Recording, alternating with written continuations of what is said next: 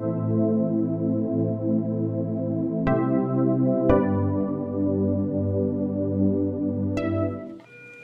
to AETCM the Emergency Medicine channel. Today we'll be discussing about a clinical condition that is seen in ICU. So basically, 64-year-old female was admitted in our ICU with a history of neutropenic sepsis. While assessing the patient, the initial 10-second assessment, patient was alert, and her primary survey was also within normal limits. The patient had no airway compromise, was maintaining a saturation of 100% in room air, and patient was not tachypneic.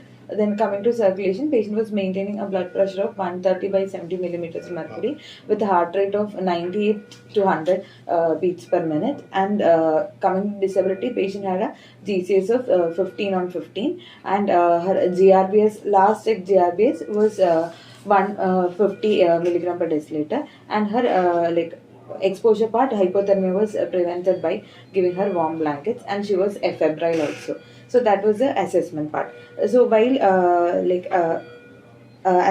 coming to secondary survey, the patient system wise was normal, and but she had diffuse ulcerations and crusting of the oral cavity, because of which she can't tolerate oral food. And her lab wise, the patient had a pancytopenia, and her platelet count last was 6,000, and she had an absolute neutrophil count of less than 50, and HB of 9. In view of the low platelet count and the oral ulceration, we were not planning to place an RT tube, but while we had to start on the nutrition also. So, from the background history, the patient, because of the oral ulcers, was not taking oral feed for around 7 to 10 days. It was so reduced, the feed was so reduced, and what she was taking was only some clear liquids like water or some juices and all. And that too was also cut off for the last few days. So, we were planning to start the patient on total parenteral nutrition. What are the evidences of malnutrition in ICU? Patient will be categorized from general examination. 2 days. 10 3 days or 10 days. 10 days it will become catex. No, 10 days wasting won't happen, sir. That is in chronic malnutrition. In ICU, how do you know the patient is getting? Urea levels and all will be low, that degradation will happen. So urea can be low, but normally patients urea will be 20, 25 if there is no renal failure. So that's also not practical. What is the best? Hypoglycemia will be like a patient. You fast for 1 or 2 days. Will you develop hypoglycemia? You don't develop. You don't develop hypoglycemia because liver will produce like gluconeogenesis will happen. Form. What is the best indicator for malnutrition in ICU? Electrolytes. Okay, one is electrolytes. You can get almost all electrolytes will come down very drastically. Then the respiratory, because phosphates everything will come down. Patient work of breathing all muscle fatigueness. Muscle fatigueness is another one. Then cramps, all those things associated with electrolyte abnormality. Hypoalbuminemia is one important factor you have to check in all patients in ICU. Okay, it can be due to in sepsis patient, it is due to leak. But in a malnourished patient, protein loss, protein not produced by the liver because patient is not taking adequate diet. That is one of the best indicator for malnourishment. Like you told, electrolytes also very easily we can pick up malnutrition. It is not indicator for malnutrition. I am talking about malnourishment in ICU. They are not indicators for malnutrition. Then deficiency like thiamine deficiency and all, sometimes patient will come. So we cannot assess thiamine deficiency. Difficult. Assays are there, but it is like not available commonly. And that symptomatically patient may get like heart failure and all, or sometimes confusion, wernicke syncope features. This patient, before starting on nutrition, we have to check whether the patient has a high risk for going into a refeeding syndrome if Okay. patient is started on nutrition. So refeeding syndrome, like the risk is assessed by if the patient has a BMI of less than 18, if the patient was not taking any food for like more than 5 days, then if the patient had loss of weight by more than 10 percentage, like over this 3 to 6 months, that is unintentional weight loss. Then basically then electrolyte disturbances are there prior to starting the feed itself if the patient has Which are the hypokalemia. electrolytes most important? Sir, phosphorus, potassium, magnesium are important. So prior to starting feed itself, if the patient has all these things, then it is a high risk of refeeding syndrome. What Is is a there. refeeding syndrome?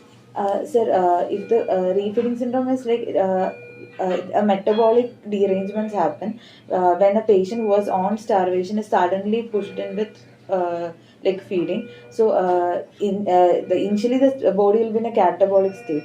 So all the glucose reserves, everything will be low. The insulin secretion and all will be low, and it will be more of a glucagon and all, and more like a lipid and protein will be used up. So once we start on giving dextrose or like food, High calorie foods. calories. Calories are high in that is a main feature of refeeding. So when we are pushing it, the catabolic state, like it changes, and so suddenly the insulin level all will increase. And one thing is the electrolytes. It is like a shift hypokalemia. Okay. From intracellularly, the electrolytes like magnesium, phosphorus, potassium, everything shift, and this shift will be seen in the extra cellular fluid. So the extracellular level of the electrolytes will come down. So commonly seen thing is hypophosphatemia, hypokalemia, and hypomagnesemia. And associated with that, like sometimes patient will have a thiamine deficiency because it gets used up. The thiamine reserve will be low. So if we are not supplementing it, the patient will have the deficiency, which will impair with some What happened to thiamine? Thiamine already the level will be low. So basically, when we give the like dextrose or anything, that it is a cofactor for certain Thiamine is enzyme. used for glucose metabolism, so that will be utilized. Then what will happen? So the body store will be still worse. So why the patient should develop gout? Available thiamine. Like, so what will happen? Which system in our body? Two types, like CNS and CVS will be Okay. So CNS manifestation will be a Wernicke's encephalopathy, confusion, and all CVS will be a high output failure. So the thiamine is utilized for glucose metabolism. The levels in thiamine in heart and brain will drastically come down. That is required for the neuron action of neurons. So the patient suddenly develops confusion, altered behavior, cardiac failure, all these things. And one other finding is patient will have hypoxia because phosphorus is required for the ATPs, all those things of phosphorus is required. So hypophosphatemia, the patient will develop hypoxia, and also this 2,3 DPG will be like low, so there will be a shift in the oxygen dissociation for again worsen the tissue hypoxia.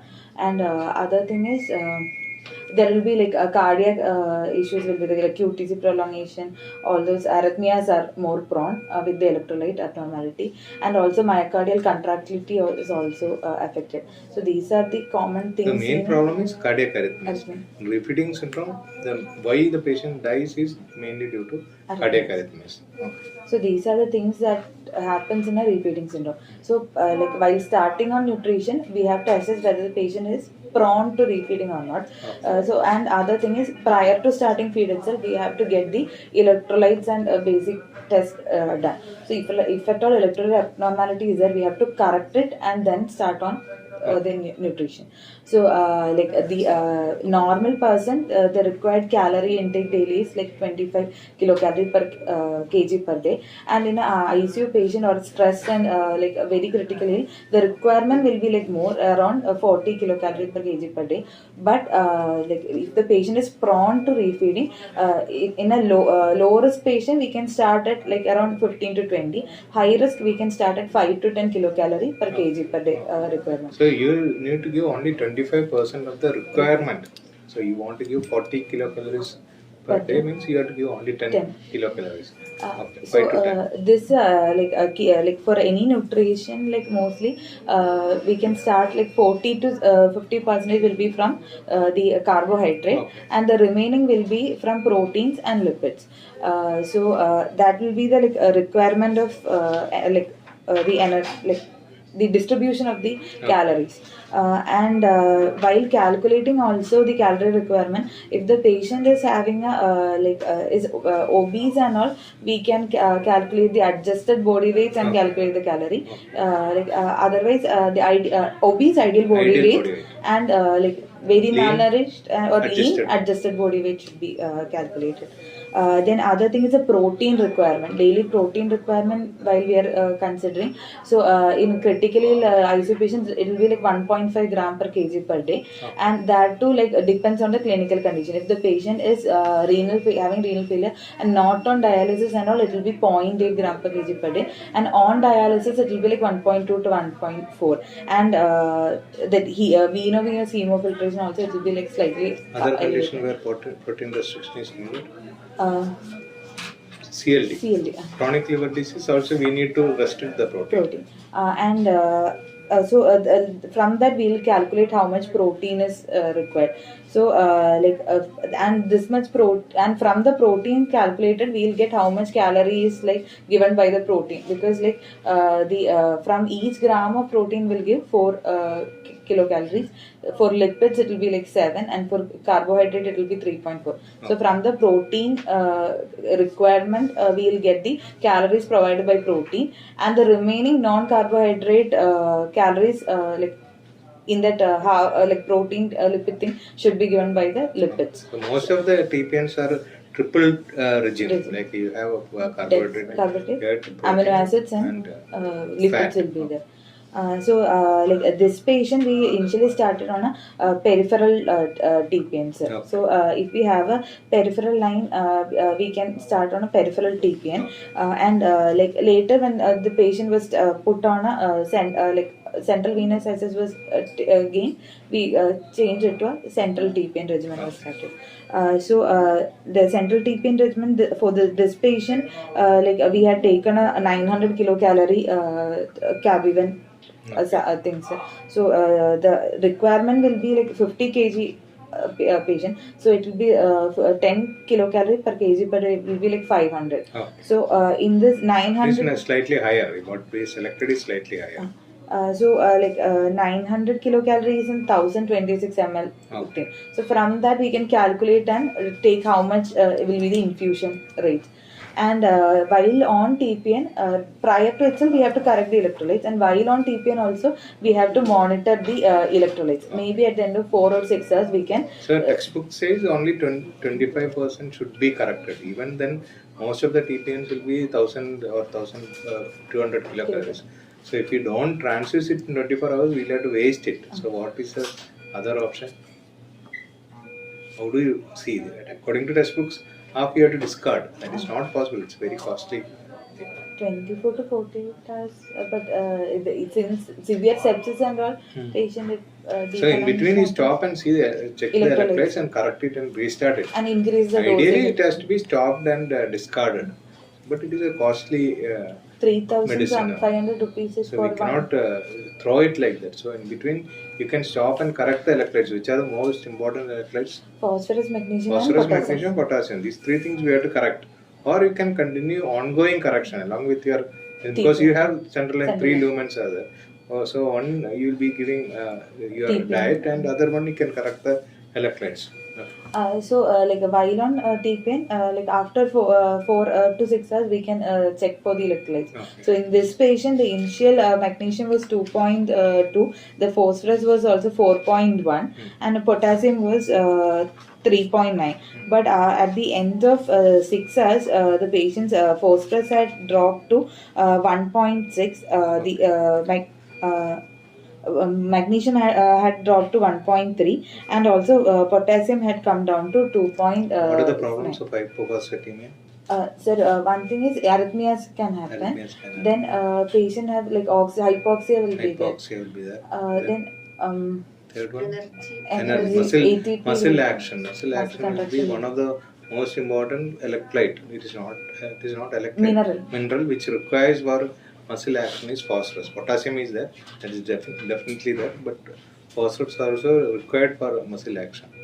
Since it is happening like this, we have to stop the TPN, then correct the electrolytes. IV correction was How much given. phosphate was given? Sir, for 3 millimoles of Portfos is given. So Portfos is syrup. No, sir. Portfos is IV. So it is like 5 millimole will correct around 45 millicoulombs like that. Okay. So from that 3 millimoles was given, over 3 hours it was given.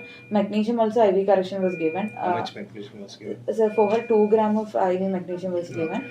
And potassium, like since Portfos contains potassium as well, we had started on a 40 millicoulombs correction of potassium. Okay. So by after like around 4 hours we rechecked it. The electrolytes were normal, and we again restarted the feed. So and while we restarted the feed, since there was potassium was like around 3.5, 20 millicoulombs correction was also continued. Okay.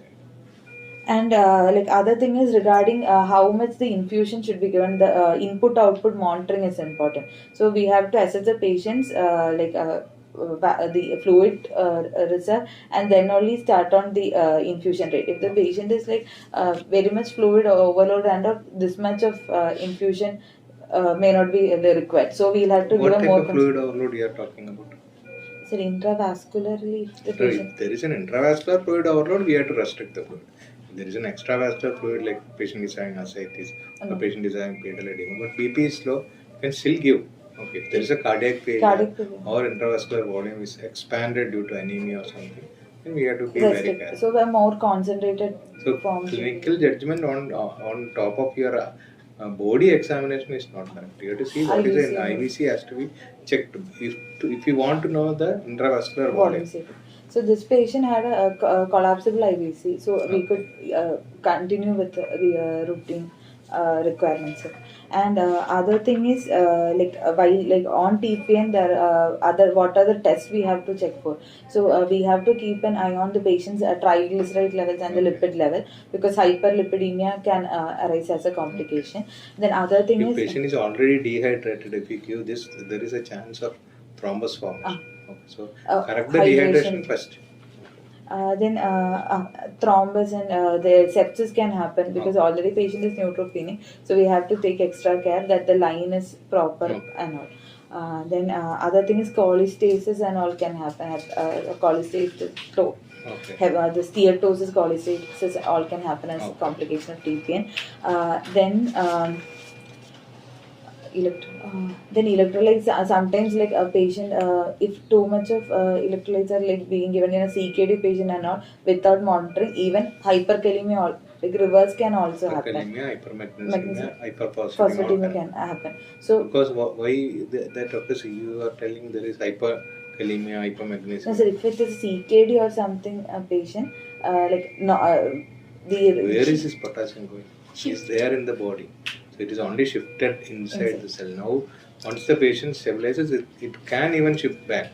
That time, patient go to hyper. Okay. So we have to be very careful if the kidneys are not normal. If the kidneys are normal, even if it is slightly high, kidney will remove it.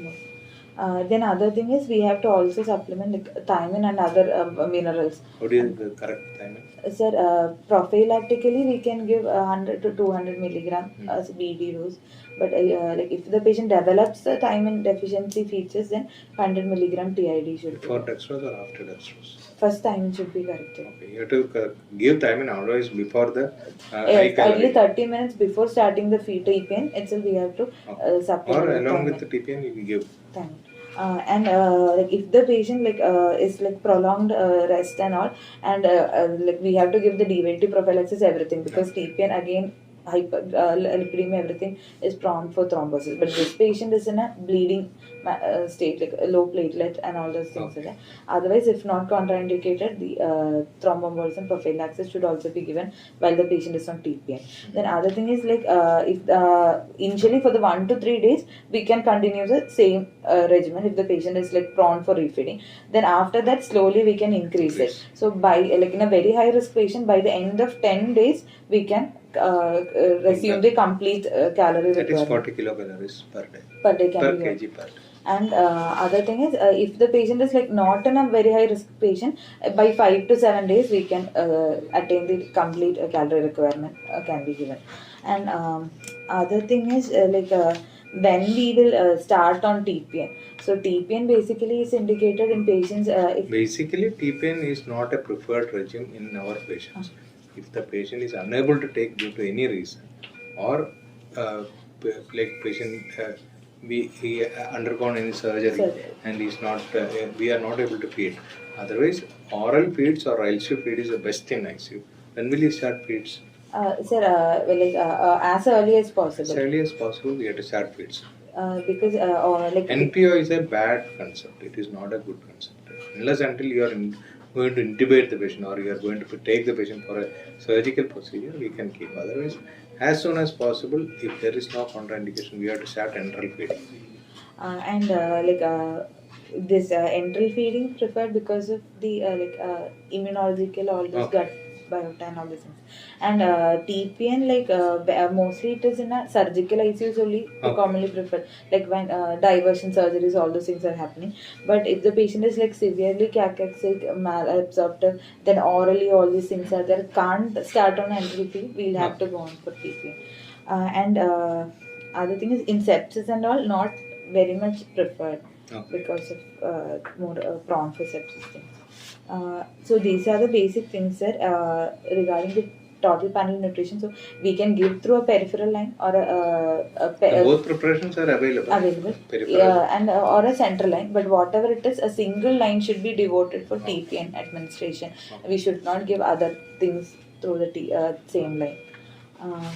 This is the basic things.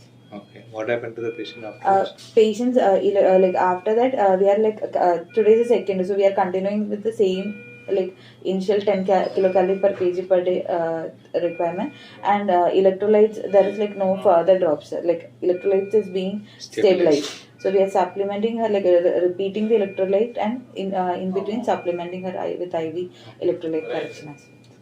Anything you want to add? Okay, thank you.